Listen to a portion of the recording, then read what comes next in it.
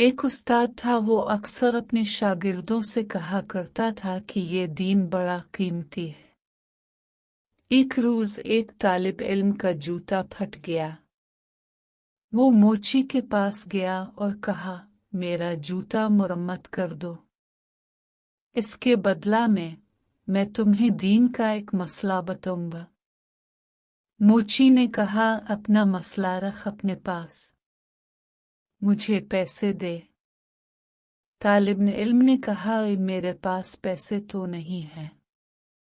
موچی کسی صورت نہ مانا اور بغیر پیسے کے جوتا مرمت نہ کیا۔ طالب علم اپنے استاد کے پاس گیا اور سارا واقعہ سنا کر کہا، لوگوں کے نزدیک دین کی قیمت کچھ بھی نہیں۔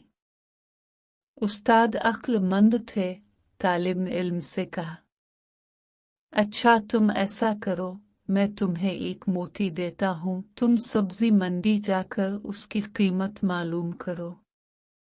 وہ طالب علم موتی لے کر سبزی منڈی پہنچا اور ایک سبزی فروش سے کہا، اس موتی کی قیمت لگاؤ۔ اس نے کہا کہ تم اس کے بدلے یہاں سے 2-3 لیمو الفاٹے لو، اس موتی سے میرے بچے کھیلیں گے۔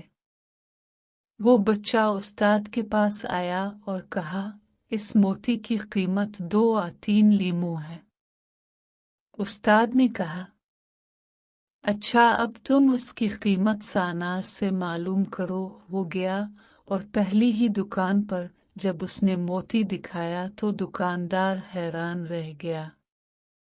اس نے کہا، اگر تم میری پوری دکان بھی لے لو تو بھی اس موتی کی قیمت پوری نہ ہوگی۔ طالب علم نے اپنے استاد کے پاس آ کر ماجرا سنایا۔